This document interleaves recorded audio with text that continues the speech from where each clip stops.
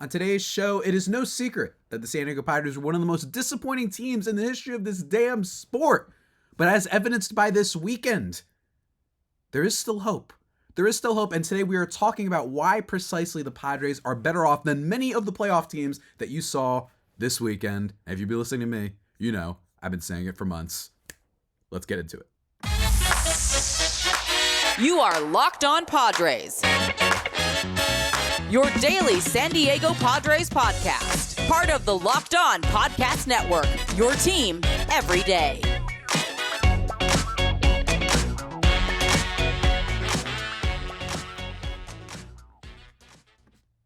Greetings, ladies and gentlemen, and welcome to another edition of Locked On Padres podcast, which is part of the Locked On Podcast Network, your team every day for Monday, October 9th. As always, I'm your host with sometimes, occasionally, but certainly not always the most, Javier Reyes. You can follow me on Twitter at Javipeno, Javiipeno, and then at LO_Padres if you only want Padres tweets. You know, Padres account, admittedly, end of the regular season. I've been calming down just a little bit. You know, we got to wait for some more updates and whatnot, but still go follow that. And of course, follow the YouTube, Locked On Padres, to see Pac-Man and Tatis hanging out with me. And if you just prefer your podcast that way, it's crazy. A lot of people like just watching their podcasts or having the video version, whatever you want to call it.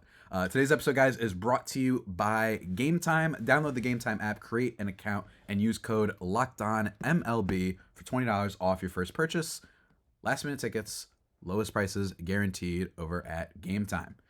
And today's episode, guys, we're doing we're doing some happiness, man. All right, we don't do a lot of that on the show, at least a lot of late on this here podcast. We're talking about this weekend's playoff games, but not in the game recap way. No, don't worry. We're not gonna have too many general baseball things. We might have like once a week with my buddy Millard later this week, but other than that, I just want to talk about this weekend because I do think that it has a lot to do with the Padres. And I think that what happened this weekend really gives credence to me because I've never been wrong, as you guys all know. I've never been wrong ever on this podcast. And one of the things that I've been saying for months is that, not even months, for years at this point, to be honest with you, is that I really don't like it when people hype up teams that don't spend a lot and have really good regular seasons and maybe even win like one playoff series. Maybe sometimes they win a playoff series. The reason I don't like that, and then what they do also when they do that, is they heighten the budget of other big budget teams, right? So they go like, months ago, and I had actually recently retweeted on my personal account when I had tweeted months ago, and I'm going to find it right now just so I make sure I get this all right. I probably could just throw up the tweets on this here video, but we aren't going to do that. Instead, guys, here's the thing. A bunch of months ago, someone named Hunter Baumgart had tweeted, the Brewers went 6-1 against the Padres this season, and then he laid out their payroll. Total payroll, San Diego, $252 million, third in Major League Baseball. Milwaukee, $124 million, 19th in MLB. Once again proving that coaching, front offices, relationships, clubhouse chemistry, it all matters. And I, of course, had tweeted, lesson, don't pay players. You probably won't make the World Series, like the Brewers have it since 1982, but sometimes you'll have some adorable little regular season success. And I stand by that. And I retweeted it this weekend because what did I tell you? Guys, this is the one area that I really do not think that I'm wrong on. You need to spend. And I think that this weekend was just a huge, like, unbelievable showcase in that. Not only did the Rays get eliminated, not only did the Brewers get eliminated, but the Orioles are down 2-0. And the Orioles are a little bit different in this case. My roping the Orioles into this room of teams that are competitive but never actually want to win anything and they never spend, they're a little bit different in the sense that this is like their first year that they've been good. So in theory, why are you trashing on them, Javi? They're a young team. It's just really cool that they got here in the first place. Like, this is a great start. They have a bright future. I agree 100%. 100%. I just think that the problem is that I don't trust the Orioles. And until I see systemic changes, my theory is going to stay apart. And I've said this months ago that the Orioles will go into this offseason, they'll get a decent role player, and that's it. And then they'll go into next year, and they'll be a little disappointing. And everyone's like, oh, wow. And then all of a sudden, they're trading some of their best players. They call up some other random prospect. Maybe they sign a backup pitcher. And they just run it back like that. And what I mean by this is they kick the can down the road. So I don't trust the Orioles. And given that, recently, John Angelos, the Orioles owner, had literally come out and said in the middle of their season, the Orioles, the historic, like one of the best seasons that they've had in the history of their franchise, full of a lot of exciting young players from Mountcastle to Rutschman to Gunnar Henderson to, whoever, Anthony Santander, like all this fun stuff, Kyle Bradish kind of evolving into a really solid number one starting pitcher, or at least like definitely certainly good enough to be in a rotation, obviously, but you have all this stuff go well for you. And then this guy comes out and he's like, oh yeah, by the way, if we want to keep these players, I'm going to have to hike ticket prices, which set aside how that's obviously a lie. The guy's worth more than like $1 billion. He could clearly pay for at least some of these players. They have one of the lowest payrolls in the entire sport. There's literally no way that you can't afford this without hiking ticket prices. This is what owners do. This is what, in fact, maybe Padres fans might relate to what happened similarly to, or at least as a similar sentiment to when the Chargers moved away, where they're trying to convince you that Dean Spanos needs taxpayer money to fund his new stadium, even though he's a billionaire, right? Like that's the issue that we have at hand here. And I know those are different circumstances, but the bottom line is the person up top is the one to blame, ownership, all the time, in my opinion. And not all the time, but it's a big reason for why your team has sustained non-success for a long time. It's because they're cheap and they don't want to spend. And there's, in my opinion, that kind of tells a lot about the world. But in the case of baseball, guess what happened? The Orioles are down 2-0 now. Team that won 100 games. Now, I know that there's a little bit of a discourse, and I think I'm going to talk about this with Millard about the fairness of the baseball format. I, for one, just to give a preview, basically the discussion is it fair that these 100-win gargantuan teams keep losing round one? And it's weird because they have like time off and all that stuff. Now, I know that doesn't affect the Brewers and the Rays. Those teams did not have like the weird break that people are claiming throws off your mojo and maybe throws off your kind of your routine. And maybe that's why you see the Braves losing and you see the Orioles losing, et cetera, and the Dodgers got absolutely spanked this weekend. That was glorious. They unfortunately don't fit the parameters of my beef here with not spending. But me personally, my thing is, I've been saying for years that I think the regular season should be shorter. That's my thing on this whole thing. But anyway, so I just think that this weekend was a great showcase in that. The Brewers looked awful, looked absolutely terrible. The Diamondbacks ran wild all over them. And what happened? The one guy who kind of showed up at the end to give them a big hit was Christian Yelich, a superstar. And then all the other players, your cute little journeyman players that do well for you, they're not going to do anything when you've got fastballs going 98 miles per hour from Spencer Strider in the playoffs. You know who might do something? A guy like Xander Bogaerts, who had a bad season. He had a bad season by expectations, and especially in terms of actually driving in runs. I know that doesn't fit my narrative here, but when you have superstars who are great, they're the ones that show up in the postseason. They're the reason why you keep having the Astros are always in it, right? There's a reason why they're always in it. Don't you guys think it's weird that the Guardians and the Brewers are always like this? And my other thing with this is, well, Javi, like you can't win the World Series every year.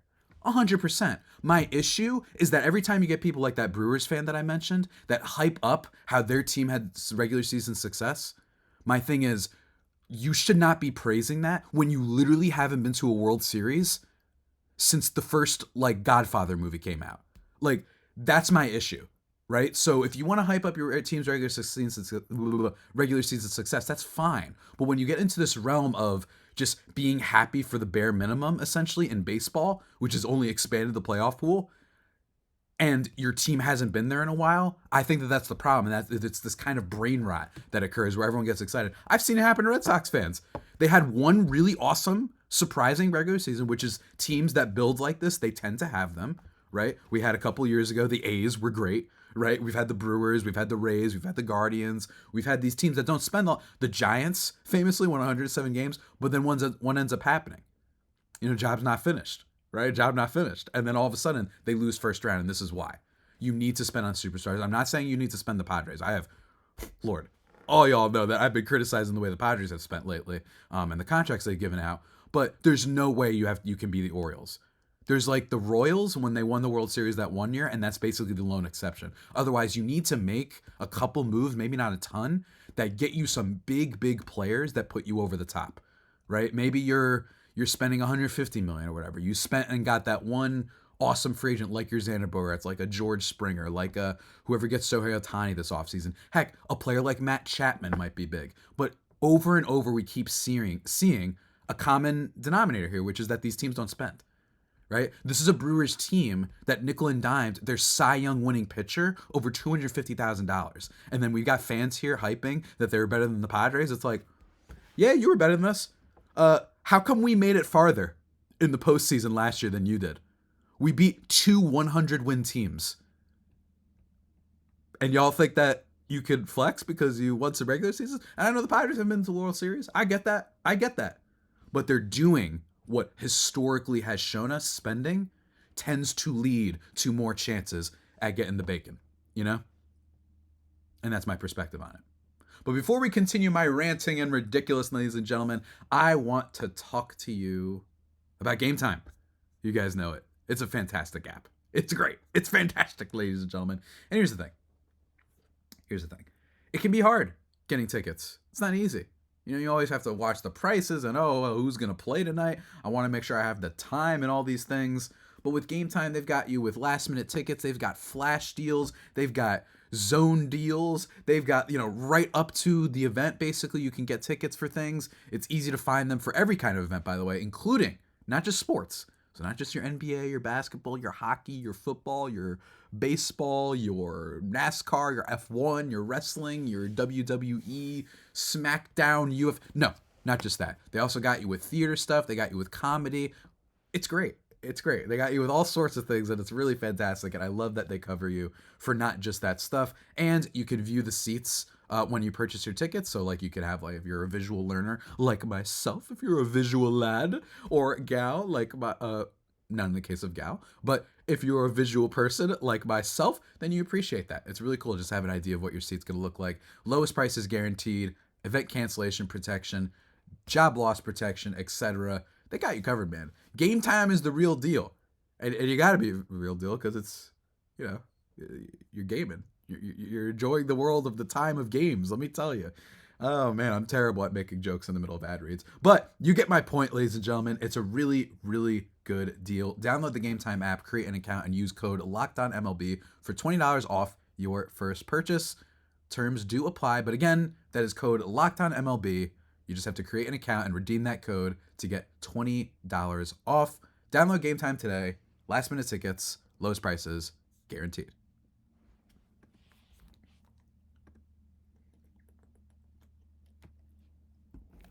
And we're back, ladies and gentlemen, here on the Locked On Padres podcast. Remember to go listen to SiriusXM, your hometown play-by-play. Obviously, the Padres aren't playing right now, but remember that. Keep that in mind. You want to throw on my podcast on there. I'm pretty sure if you just type it in on the old SiriusXM app, you'll find it. Man. So, yeah. And then to continue on with this theme of owners not spending, I find it incredible, and this comes from my buddy Connor Newcomb on Twitter, for those who don't know, host of Locked On Orioles, who tweeted, John Angelos said he wants to model the Orioles off the Rays, Brewers, and Guardians. Those three teams combined for a whopping 0 playoff wins this season. And here's the thing.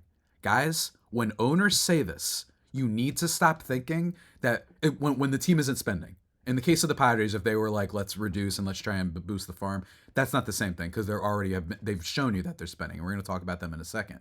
That when teams say stuff like this, guys, it's because they don't want to pay. That's why they want to do the farm system route. Does it result in actually winning what really matters, which is a championship? No, but it's going to save them. So they're going to push this agenda and they're going to push Moneyball and they're going to push all these things. And that's why you get situations like this. I know I'm sounding a little like tinfoil hat guy who's like, this is what the deep state, wants you to know about baseball spending. This is what the people in power want you to know. Open your third eye. I know I'm sounding a little bit like that, at least tonally. And I am a little bit, just to a tiny degree. But I think that in this case, it fits. Again, I just really think that this weekend validated me. I think this is the most right I've been on something because I've said it for months. I said on this podcast, the Orioles were going to get smoked. Now, the series isn't over, and the Orioles do have a great offense. And I know there's going to be discourse over the playoff format. But I'm just saying, as of right now, they got freaking smoked. They got smoked. And I called it a while ago. I was a little bit less confident about them. The Brewers, I was like, they're going to lose. That team isn't good. That team isn't built to actually win anything. And it was beautiful. It was like Christian Yelich, the one guy they ever spent on, has a huge double in their elimination game, keeping them alive at second and third, and then what happens, right? Like this is, I watch the sport, guys. This is what happens. This is the theme. But now let's talk about the Padres side of this. This is all basically to say why the Padres have a really bright future. Don't get me wrong. They have a lot of bad stuff going for them. But in general, the Padres are in a position where they can be a consistently good team that competes for a long time because of these aforementioned reasons with the chances of winning a championship. We literally saw it last year. Last year, if they had just a little bit more, if things bounced their way a little bit better, maybe if they had a little bit of the things that these teams that don't spend have, which is a little bit more depth, right, in the rotation. If they didn't have to rely on Sean Manaea and Mike Clevenger, they might go home. Or sometimes you just don't, as in the case of the Dodgers, right? The Dodgers find a way to choke every year. Clayton Kershaw is Peyton Manning. Like, it's just incredible stuff. He's James Harden. It's incredible what Clayton Kershaw does every year. But for the most part, this is the way to do it. And the Padres, look, here's the thing. I know everyone's worried about Preller. I know everyone's worried that this team didn't make any giant changes, or at least they haven't yet. I understand that, but here's the thing. You don't see transformations like what the Padres have done very often. Yeah, you have like the Mets, right? In terms of transforming an organization to one that's going to be a big spender, one that wants to be blockbuster like the Padres, one that wants to get superstar players, make huge trades, take risks and all that things. It doesn't happen. Frankly, in any sport, but especially in baseball. And I know you might bring up the Mets, but the Mets are also like a historically big organization. They just didn't have any competent ownership. And you know, there's some other teams out there. Like I've been making fun of the Guardians. The Guardians have had like shown some slight change because they have had like a little bit of a new ownership group. You saw this past offseason, they extended Andres Jimenez. So it's possible that the Guardians are changing too. But for the most part, that reasoning right alone, the fact that the Padres have transformed themselves into a team that actually cares about spending, with Peter Seidler being the majority owner, like that is basically my argument, is that that's like the biggest thing in play for why the Padres have a bright future. And if Preller is staying, which he may he looks like he's staying, unless something crazy were to happen where, you know, that investigation where they look at the whole organization and they're like, actually want to move on. I doubt that's going to happen, especially the closer we get to the end of the playoffs and to the winter meetings. You're not going to fire your GM unless they're really incompetent. You can't be firing your GM right in the middle of the winter meetings. That would be a disaster. Unless they like literally don't plan on spending at all, which we'll see.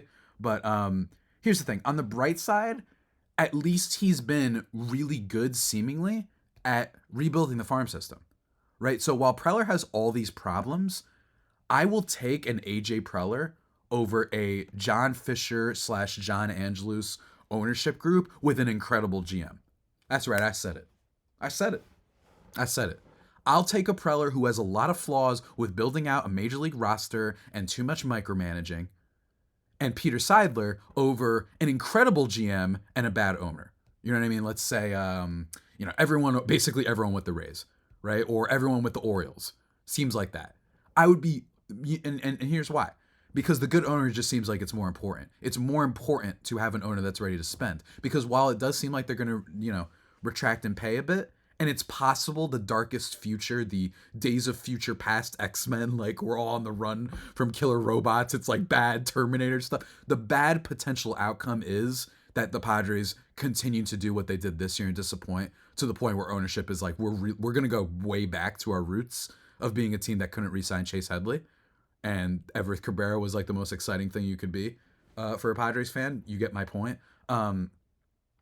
It's possible, but I still think unlikely because you've seen that the fan base gets super ecstatic, right? The fan base has been awesome. They show up. You had Fan Fest. You had the most sellouts they've ever had in their franchise history this year. They had a lot of nationally televised games. That is still a big part of it, so I imagine that they're still going to be committed to at least spending a lot more than they used to, which is a big deal. And Preller at least has the saving grace of, man, this guy is not afraid. He does work hard, and most importantly, he is really good at scouting. The fact that the Padres have already seemingly recouped their, not recouped entirely, but like really made a good effort to have a good farm system again is kind of where I'm at on this whole thing. And that's a lot to do with AJ Preller and company. He's a really good scout for talent. It's awesome. Ethan Salas, he's 17 years old. He's already in Double-A, right? Like, he's already amazing. Jackson Merrill may very well debut next year. He's one of the top prospects in all of baseball. Robbie Snelling literally won like minor league pitcher of the year. You've got Dylan Lesko. You've got Zavala. You've got Mazur. You've got Dylan Head, who's exciting. He's a new player that the Padres just drafted, right? You've got what's his name? Homer Bush Jr. You can be excited about him, right? They have at least some stuff. Don't get me wrong. They don't have the best farm system in the world, and they certainly don't have the best farm system they've had over Preller's regime. And they still have some issues, and there's still a lack of depth. But considering how much they traded over these past few years for Darvish, for Snell, for Soto, for Clevenger, for any number of players, heck, even for Adam Frazier when they gave up Jack Sawinski, who would have been a decent player for this team, I think, because he hits for a lot of power. Like, those are deals that usually it's like you should be recovering forever. The Los Angeles Angels have been trying to have a good farm system since I was in high school. Right? And they do all sorts of things, and they just can't do it. So Preller, at the very minimum, has shown an acumen for this. He has other problems, but for me, I will take that over the great GM, but with an owner that's never going to want to spend. I'll take it every damn time. I'm serious. Because you don't want to be like the Yankees. You don't want to be a team like the Yankees who, or any of the other aforementioned teams I've mentioned and slandered on this podcast, where you cut payroll when you're one game away from the World Series, and you don't even give Manny Machado a contract offer, and you don't even call Bryce Harper, who literally grew up a Yankees fan. Like, you never want to be in that situation. At least the Padres are showing that they are in a great situation, and that they are providing for players, and that they care about winning, and they're committed to it.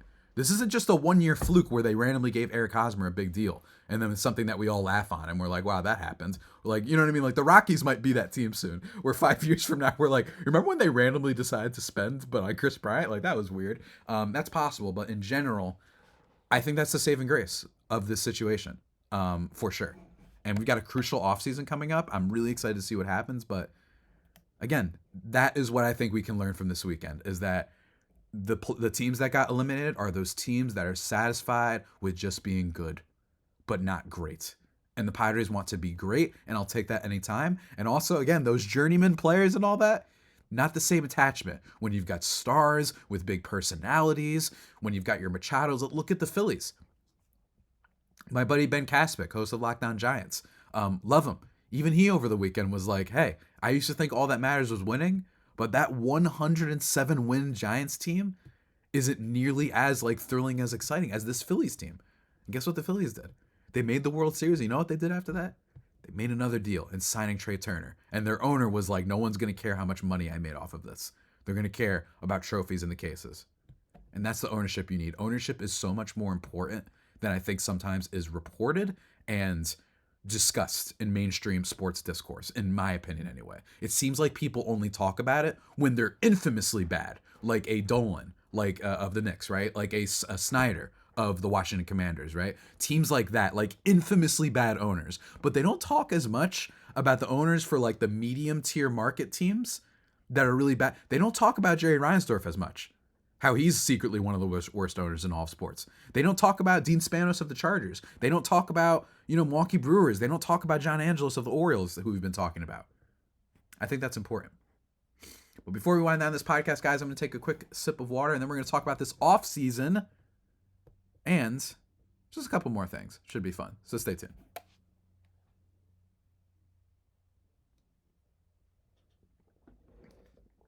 And we are back, ladies and gentlemen, here on the Lockdown Padres podcast, your team every day. Subscribe wherever you get your podcasts, of course, from. Please do that. I would appreciate that very much. Wow. This has been a fun episode, I for sure think. There was one point I was going to make, and my computer froze. And guess what? My notes thing is not working at the moment, so I'm not thrilled about that. But in terms of this offseason, I do think that the Padres, while there aren't as many free agents this offseason that I think we've grown accustomed to these past few years, especially this past year with Bogarts and like a crazy shortstop class. You had some really big pitchers, obviously, like what's his face, Carlos Rodon and Jacob deGrom and many others, right? Like, you didn't have that level, but there's still some players that are going to be interesting. I think that you've got players out there. Hey, Liam Hendricks, didn't he have Tommy John surgery? Oh, he's a free agent. But, you get my point. Look, there's going to be so many interesting ones. And here's what I think. I think the Padres, their big thing this offseason is going to be whether or not they extend Soto. And that's a question that I've been going back and forth on. I lean towards I would like it, but wouldn't love it. Just because I am worried about having 4 guys on the team for 10 years. I think that limits your flexibility in a lot of ways. And while I have been talking about how much of a huge transformation it is, that Padres ownership actually cares about spending, and they've done it for years and years, I don't want to count on that forever. You know what I mean? Like, I don't want to rely on the good graces of ownership, even if it results in not much winning, for them to be like, yeah, just throw out $250 million more next year. I want to be careful on that. And Soto would scare me a little bit in that regard. And you've got some other players. Anthony Rizzo has a club option? Hold on. Christian Walker is a free agent? No. Ladies and gentlemen, this is an interesting free agent class. Hold on. I've got to be looking. Alex Bregman's a free agent? No. Hold on. I am looking at an MLB.com article, and Alex Bregman is not a free agent. Is he? There's no way. How have I not heard of this? 5-year unrestricted. No, he's not. All right, this MLB article is terrible. Yeah, this can't be right, but I do remember some, right? I know Soto is going to be, maybe I'm looking at the year after. I think that's what's going on right now. I'm not looking at 2023, but 2024, 25, whatever. So after next year. I was about to say, because this has like Paul Goldschmidt as a free agent, Jose Altuve. I'm like, what's going on here? But I think that the Padres this offseason really need to just get a little bit of depth. And I think the bigger thing is going to be what they do on pitching. I think is going to be really interesting for this offseason, because there are not a lot of big-time pitchers available this offseason. You've got Ohtani, who's the biggest one. Then you've got Blake Snell, or I'm sorry, Ohtani technically would have been the biggest one if he hadn't gotten that MCL tear, and he's probably not going to pitch next year. And then you've got Blake Snell, who's going to win the Cy Young, and that's the big one. Then you've got Aaron Nola, who is he's the Eric Hosmer of pitchers, very every other year guy. Then you've got Sonny Gray, Jordan Montgomery, Clayton Kershaw, Alex Clubb has a club option, Marcus Stroman has an opt-out, and then it kind of gets a little bit under after that. But there's 2 players, I think in particular, that the Padres have, Michael Wacha and Seth Lugo, that are going to be interesting to see if you bring them back. I personally, and I've been on the bandwagon for this for a while, I would much rather have like a Lugo, Wacha, maybe one of the 2 of them, and then take a flyer on someone like just looking around. I'd take a flyer on like a Carrasco, reunite him with Niebla. Luis Severino, who just for some reason forgot how to pitch this year. It happens with the Yankees. You saw Sonny Gray years ago, just forgot how to pitch with them, and then he went somewhere else.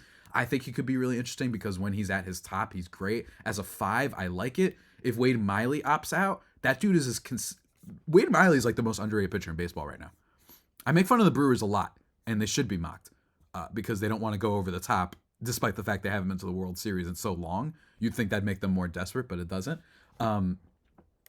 So for me, that could be an interesting number. But basically, this is all to say, I like a lot of the starting pitchers as like number 5s. And to me, I would much rather spend on Soto for an extension rather than Snell, which is what it looks like they're going to try to do. And instead, if that doesn't happen either, I would be totally down with not necessarily getting one of these big pitchers, like your Snells, like your Sonny Grays or whatever, who are going to get bigger contracts, but taking some flyers on guys for that 5th spot and keeping a Lugo or Wacha or both or whatever, what have you, right? Some combination of that, especially given the reports that they're going to reduce spending a bit. I think that could be good. We'll have to see what happens with Grisham and his salary, if they get that off the books in a potential trade. But to me, I like that. I would just prefer that. Heck, I'll take a flyer on Tyler Mahle. I don't think he's particularly good, but he's 29 years old. Crazier things have happened. I'm just saying that I don't think the Padres are in a position where they necessarily need to invest in a big-time star free agent starting pitcher. I think that they can afford to be like, all right, you know what? We've got Darvish coming back next year. Hope that he bounces back, and we'll have Musgrove back next year too. That's pretty good. Wacha, Lugo, and then you just take a flyer on any of the guys that I mentioned. That's a fine rotation. Will it be worse than this year's?